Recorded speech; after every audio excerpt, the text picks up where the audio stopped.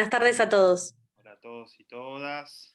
Bueno, vamos a arrancar con esta charla de inflación, que es un poco para seguir el trabajo que habíamos hecho en la primera parte del semestre, cuando se empezó a evaluar la primer paritaria, que luego tuvo una reapertura en el mes de mayo, y es un poco para darle claridad dentro de lo que se puede al afiliado y la afiliada de la situación económica, del contexto internacional también, que tiene mucho que ver con la inflación en este momento.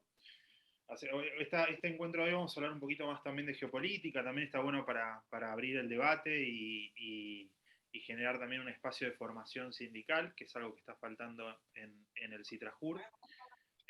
Mañana hay una reapertura, en realidad es el segundo encuentro de la reapertura salarial. El primero lo tuvieron la semana pasada, antes de que empezara la feria, y no hubo propuesta ni del Superior Tribunal ni del CITRAJUR, entonces no sabemos qué hicieron en esa reunión porque nunca lo informaron, no sabemos si comieron bizcochos, si había empanadas, pero de inflación no se habló.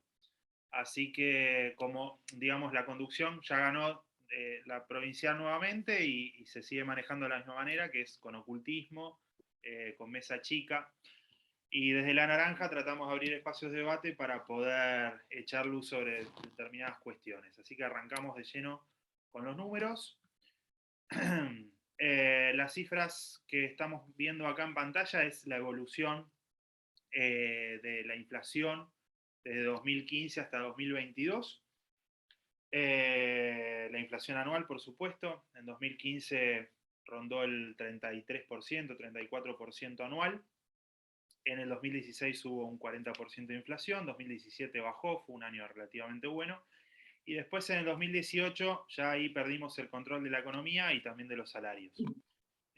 Probablemente si empezamos a hilar fino las pérdidas de poder adquisitivo que venimos estudiando de 2015 a 2021, el 2018 fue el año clave donde empezó a caer el salario.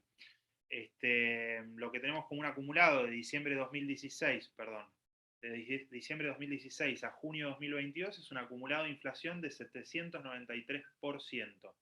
Y como punto de referencia, el dólar en diciembre de 2016, el dólar blue estaba a 16,8 centavos. Bien. Este es un gráfico que habíamos presentado en mayo cuando hicimos la charla anterior, donde comparábamos los aumentos salariales, que están en blanco, y la inflación, que está en negro. Nosotros habíamos especulado en que entre mayo y junio la inflación iba a rondar por encima del 5 y por debajo del 6. Fue lo que ocurrió. Y una cifra que nosotros habíamos dado era que la proyección del mercado para el acumulado, digamos, o sea, el mercado en mayo decía que el acumulado semestral iba a ser de 36,95 aproximadamente la inflación acumulada del primer semestre. Y el acumulado que obtuvo el CITRAJUR fue del 35,71. Perdón, Pedro, ¿te puedo frenar un segundo Sí, para que no te me vayas? Volviendo al gráfico que me mostrabas anteriormente, sí, exactamente ese, es importante siempre volver para atrás. Yo sé que vos tomás o sea que cuando hicimos el análisis tomamos el año 2015, que ese fue el punto en el que empezamos a perder, y explico esto, ¿por qué? Porque en las paritarias, la idea de la paritaria es justamente que te aumenten el sueldo en la misma proporción que aumenta la inflación, porque la idea de la paritaria es no perder poder adquisitivo. Y viene sucediendo. Entonces, si hay que volver para atrás para revisar eso y para reclamar eso, hay que hacerlo, porque no se puede decir, bueno, ahora hacemos borrón y cuenta nueva y a partir de ahora cuánto ganamos. No, no, porque la paritaria está para eso, para que el sueldo aumente en la misma proporción que la inflación. Y si bien este semestre de enero a junio, la verdad que la diferencia no es de muchos puntos, por suerte, pero igual lo que se demoró en aumentar los sueldos, ¿en qué me refiero con esto? Recién el primer aumento que nosotros tuvimos en el año es en el mes de marzo, porque el aumento que tuvimos en enero y febrero era pauta salarial 2021. Entonces, pauta salarial 2022, el primer aumento recién fue en marzo. Quiere que lo decir que vimos toda en la abril, inflación de enero, ¿perdón? que lo vimos en abril. Exacto, toda la inflación que hubo en enero y febrero y marzo te la pagaron recién con el sueldo de marzo en abril. Entonces eso también es importante, porque ahí también se sigue perdiendo de quién está pagando la inflación, por más de que después te hayan devuelto un porcentaje, te hayan aumentado el sueldo, pero mientras tanto el aumento sostenido de los precios durante esos 3 meses salió al bolsillo de los trabajadores y eso no tiene que pasar, porque para eso están las paritarias. Y si bien es muy difícil proyectar en este país cuánto va a ser la inflación, mínimamente podrían darnos el aumento correspondiente al mes anterior. Acá ni siquiera semestralmente. Acá no puede haber una proyección semestral. Mes a mes perdemos. Y esto viene siendo sostenido durante los últimos 7 años. Perdón que te interrumpí, pero quería No, no, sí, mencionar sí. esto porque No, a está veces bien. nos dicen, "No, bueno, pero este semestre, bueno, pero es una situación sostenida y que en el acumulado se refleja mucha mayor pérdida y que por eso no hay que dejarlo pasar también". Exacto, y digamos, para explicarlo bien, bien fácil, si vos el 1 de enero de 2022 cobrabas 100.000 pesos y gastabas 100.000 pesos, esa inflación implica que vos perdiste 3.900 pesos de tu sueldo, básicamente. O sea, tuviste que pagar todo lo que vos comprabas con 100.000 pesos, costó 3.900 pesos más, y en febrero 4.700 pesos más. Y esa suma de 3.900 más 4.700 más los 6.700 de marzo, no los viste, fueron 3 meses que tuviste que ajustar ese poder de compra, tuviste que gastar 3.900 pesos menos en otra cosa para poder pagar lo más importante, o endeudarte con la tarjeta de crédito a futuro, etcétera, etcétera, y recién ese 7% lo viste el 10 de abril. El 10 de abril empezaste a ver una recuperación. Así que eso es importante. ¿Por qué? Porque si vamos a hablar de una nueva paritaria de cara al segundo semestre, es importante que no vuelva a pasar lo mismo, que recién acá empecemos a ver una recuperación. O sea, recién en junio empezamos a recuperar por encima de la inflación, realmente. Claro, pero es un mes en 7 años. Exactamente. O sea, es un mes en 7 años que venimos perdiendo sistemáticamente, mes a mes, el poder adquisitivo. Y yo lo que creo que lo que vos dijiste es el punto justo de inflexión en todo esto. Ese costo lo paga el trabajador. Ese mes a mes, ese costo que te aumenta, que no te lo devuelven en ese mes, lo tuviste que sacar de tu bolsillo. Y encima cuando te aumentan, no te aumentan lo mismo que aumentó la inflación. Entonces perdés mucho más. Exacto, y fíjense que ya en el primer semestre, es este año que vemos en rojo, tenemos prácticamente lo mismo que veníamos teniendo de inflación anual en los años anteriores, o sea que este año, el segundo semestre, probablemente sea más bravo todavía. Quiero avanzar sobre las proyecciones, tenemos bastante contenido para hablar.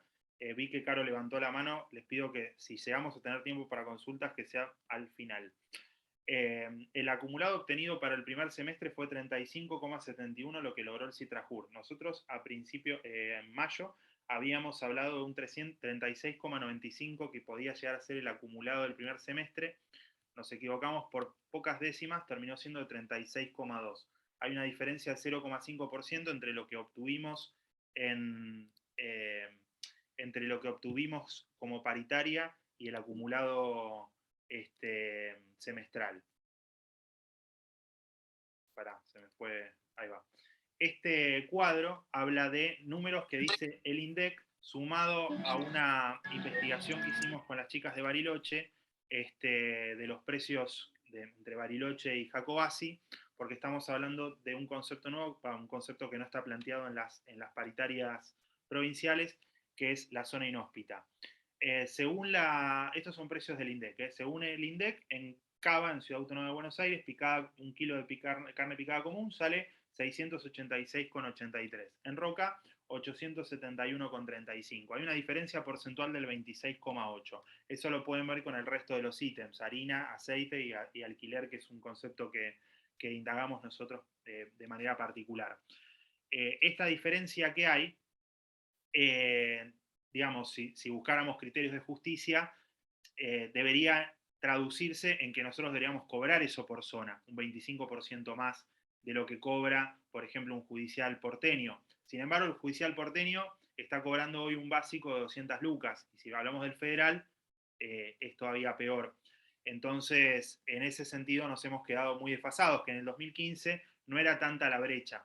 Con el Poder Judicial de la Ciudad Autónoma de Buenos Aires no teníamos prácticamente diferencia, y con el Poder Judicial federal sí había una diferencia, pero no era tan grande como la brecha que se ha generado hoy, es porque hemos tenido malas paritarias en comparación con Cava, con Neuquén o con el federal. Y si vamos a la cuestión de la zona inhóspita dentro de la provincia, también hay un diferencial que van a ver acá, de que, por ejemplo, la carne picada común sale 5,35% más que en Roca, 3,54% la harina, 7,23% el aceite, hasta 13-14% más un alquiler. Si vamos al rubro indumentaria, estamos todavía con una diferencia mucho mayor en lo que es zona inhóspita.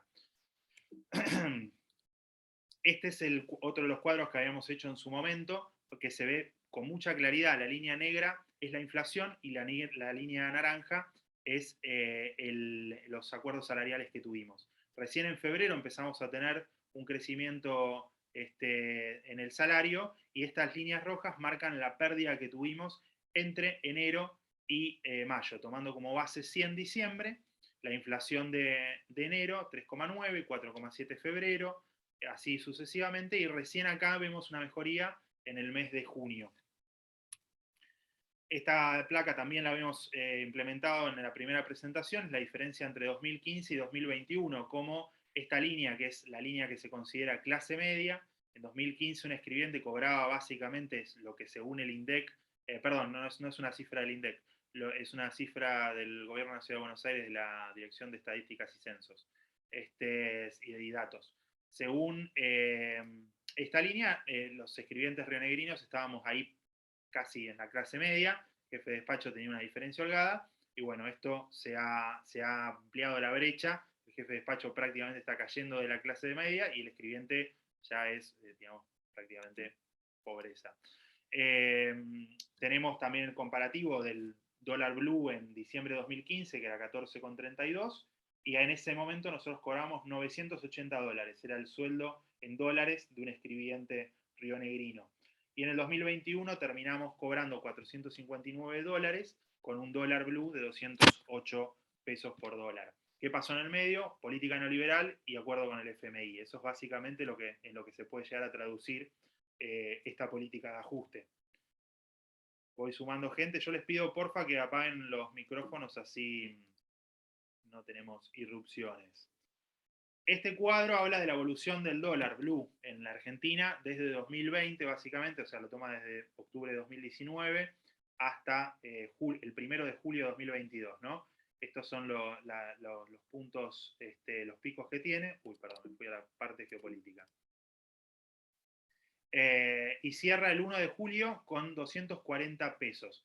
Este cuadro nos sirve para ver, digamos, el carácter oscilante de la relación entre nuestra capacidad de compra con productos, bienes y servicios, con el dólar y con la relación del dólar. El escribiente en junio, por ejemplo, si tomamos esta fecha, el 1 de julio, donde tenemos un pico que quedan 240 pesos el dólar, un escribiente estaba cobrando $575. O sea, prácticamente el 8 de junio, cuando nos depositaron el sueldo, dividíamos el sueldo de un escribiente en dólares, en dólar blue, y estábamos en $575. O sea, habíamos mejorado nuestra capacidad de compra. Esto para mostrar el carácter oscilante del dólar y de la relación con los productos. Hoy el dólar, por ejemplo, cerró en 301. En algunas casas, en otras 291. Oscila entre 291 y 301 pesos por dólar. O sea que hoy el escribiente, en una cuestión de ¿cuántos días? 8 días, 10 días, volvió a la condición que estaba en diciembre de 2021. ¿Bien? O sea, si bien hay fluctuaciones, tanto en los precios como en la relación con el dólar, nuestro salario está siempre achatado en esa línea que no pasa los 450, $500, cuando nosotros hace 7 años estábamos cobrando casi $1.000, o sea, prácticamente el doble. ¿Por qué lo medimos en dólares? Porque la mayoría de los precios en la Argentina son muy sensibles a la ¿cómo se llama? A la cuestión del dólar. Y voy a explicar. Eso iba a explicar. Sí. Si me permitís un segundo, Adelante. Pedro, eso iba a explicar justamente. ¿Por qué tomamos el parámetro del dólar?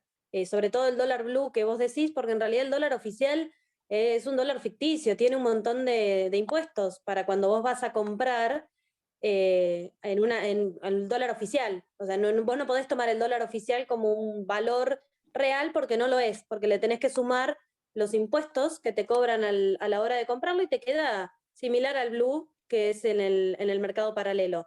Pero esto lo voy a explicar muy brevemente y por arriba, pero para que se entienda el por qué tomamos el dólar. Argentina es un país que se llama a nivel internacional tomador de precios.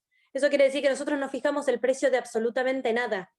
Tomamos precio de afuera porque no tenemos industria. Entonces todo lo que tenemos que hacer lo tenemos que comprar afuera. Todo lo que nosotros necesitamos lo tenemos que traer de afuera. Entonces por eso somos tomadores de precio, como se le llama, y por eso nosotros necesitamos medir las cosas en una moneda que no sea la nuestra. ¿Por qué a nosotros nos dicen que nos sale muy barato llenar el tanque en dólares? Porque en realidad en dólares llenar el tanque de un auto es barato acá en Argentina. El tema es todo el esfuerzo que tenés que hacer para conseguir plata, pesos, equivalente a esos dólares. Por eso se toma el dólar como una moneda, para algo, un parámetro, perdón, no me salía la palabra, como un parámetro para medir el sueldo, porque a nivel internacional los precios que se manejan en dólares sigue siendo más barato acá, pero los pesos que necesitamos para comprar esos dólares son muchos más. Por eso tomamos ese parámetro del dólar para medir la evolución del salario. Bien. Quería hacer una breve síntesis del contexto internacional como para explicar por qué estamos también. Uy, nos quedan 10 minutos de charla. Yo diría que reanudemos después, ¿no? Bueno, falta un montón. O sea, Sí, sí, sí, lo tranquilo, vamos a sí. volver a crear y que se vuelvan a sumar todos. Dale, sí, sí, no hay Este, problema. bueno, el contexto global, básicamente, con la irrupción de. O sea, a ver, ¿por qué surge el conflicto de Ucrania, que es principalmente lo que queremos hablar cuando hablamos de inflación? Tendríamos que remontarnos más atrás y hablar de China con la ruta de la seda, que es una nueva ruta comercial donde China va a ampliar su poder geopolítico y su capacidad expansiva en términos económicos, con lo cual va a romper, o sea, ya está rota la hegemonía de Estados Unidos, ya ese mundo ya no existe, pero China está buscando la posibilidad de ocupar un rol hegemónico en el marco geopolítico internacional. La ruta de la seda es probablemente el proyecto más ambicioso que tiene China en esto, porque implica básicamente terminar de conquistar los lazos, las relaciones comerciales de China con la Unión Europea y con el mundo, la relación lo que se llama norte-sur. Cuando empieza a desarrollar esta política, una de las primeras reacciones que hay es lo que se llama MAGA, o la política de Trump en Estados Unidos, Make America Great Again, digamos, el renacimiento del nacionalismo norteamericano, que es, digamos, por primera vez después de muchos años de una política persuasiva de Estados Unidos, es la primera vez que Estados Unidos toma una política ofensiva contra China, básicamente con una guerra comercial, y con una política proteccionista que rompe los esquemas del liberalismo o del neoliberalismo que bregaba a favor de una política de integración internacional, global, etcétera, globalizada. Estados Unidos busca con esto una política proteccionista, volver a tener industrias locales y debilitar a China. Esta política básicamente se quiebra con el COVID, Trump pierde las elecciones, pero el juego de Trump, esto es muy importante, Trump tenía un juego, una relación geopolítica muy especial con Putin, que digamos Rusia es un aliado estratégico de China, como también es un rival en otras cuestiones que tienen que ver con el oeste de Asia, pero principalmente Rusia podría llegar a ser visto como una especie de delfín de China en un montón de cuestiones geopolíticas, sobre todo en relación a la Unión Europea y la OTAN. Una de las políticas básicas de Trump fue cerrar conflictos internacionales que tenía Estados Unidos en distintas partes de Asia y tener una relación diferente con Rusia. Cuando cae Trump, cuando pierde las elecciones Trump, una de las políticas de Estados Unidos es presionar a Ucrania para que digamos, se sume a la OTAN, que es uno de los pactos básicos que tenía Occidente con Rusia después de la caída de la Unión Soviética. ¿Por qué ¿por qué para Rusia es muy importante el dominio político sobre Ucrania? Básicamente por el dominio del Mar Negro y porque es el lazo entre Rusia y Europa. Esto es una política, de hecho hay un video en YouTube dando vueltas de los fines de los años 90, donde Biden dice explícitamente que sumar a Ucrania a la OTAN era tentar a Rusia a entrar en una guerra de corte mundial. Bueno, Biden llega a la presidencia, lo primero que hace, básicamente, una de las primeras política que genera es una presión sobre Ucrania para que Ucrania, o mejor dicho, no una presión, sino un apoyo a la derecha ucraniana para que se sume a la OTAN. Y el presidente Zelensky, que básicamente tiene esa política pro-europea, busca tener ese acercamiento a la OTAN. Obviamente explota la guerra entre Rusia y Ucrania y esto implica una explosión ¿cómo se llama?, de precios y de relaciones geopolíticas nuevas. Esto es lo que se llama la ruta de la seda, básicamente. Los países que están en verde oscuro son los países más alineados con la política económica y comercial de China. Los países que son más claros, como Argentina, son, digamos, socios de segundo orden. Las líneas amarillas son las primeras rutas, las principales rutas de los primeros recorridos de la ruta de la seda. Bueno, básicamente ustedes acá lo que ven es una fuerte presencia geopolítica de China sobre Rusia, sobre el Oriente Medio, sobre los países de lo que se llama el BRICS, la India, Brasil, Sudáfrica. Ahora están intentando ampliar ese BRICS a otros países como por ejemplo Argentina, Venezuela, Irán. Y bueno, esto genera una fuerte presión geopolítica sobre Estados Unidos. Y por otro lado, otro mapa interesante para ver es el abastecimiento de gas a Europa de las rutas de Rusia. Acá lo que ven básicamente, todas las rutas Bordeaux salen de Rusia o de producciones rusas. Es básicamente el principal proveedor de gas a Europa. El segundo es Argelia, que provee a la parte de Portugal y España. Hay un conflicto geopolítico entre Argelia y Marruecos, que casualmente España ha por primera vez tomado una posición pro-marroquí, generando un conflicto con Argelia, subiendo todavía más los precios del gas en Europa. Esto tensa más las cuerdas entre la Unión Europea y el eje, digamos, BRICS o el eje pro-chino. Y toda esta situación se traslada en un crecimiento exponencial de los precios tanto del maíz, o sea, de las materias primas en general, hidrocarburos y alimentos. El maíz, por ejemplo, ustedes ven acá, acá es donde explota, no sé si ven el mouse, 24 de febrero en adelante, es donde explota la guerra Rusia-China, y básicamente los precios se nivelan en torno del 250, pasan a 300. Estos son los precios de Chicago. Trigo también explota en el 23-24 de febrero, tiene un pico muy alto. Piensen que el trigo es una de las principales exportaciones de Ucrania, y después se nivela en el orden de los 400, y la soja básicamente lo mismo, tiene picos de 640, 660, que son picos históricos, que para la Argentina hubiese sido muy positivo que se mantenga, pero se nivelan en torno a $620 la tonelada. Eso también hay que hablar del acuerdo con el FMI, que es otra de las aristas que implican una posición geopolítica argentina de debilidad y de incertidumbre. El gobierno acordó reducir el PBI, reducir ¿cómo se llama?, el déficit fiscal al 2,5%. El 2021 fue del 3%, no es una locura plantear un déficit del 2,5%.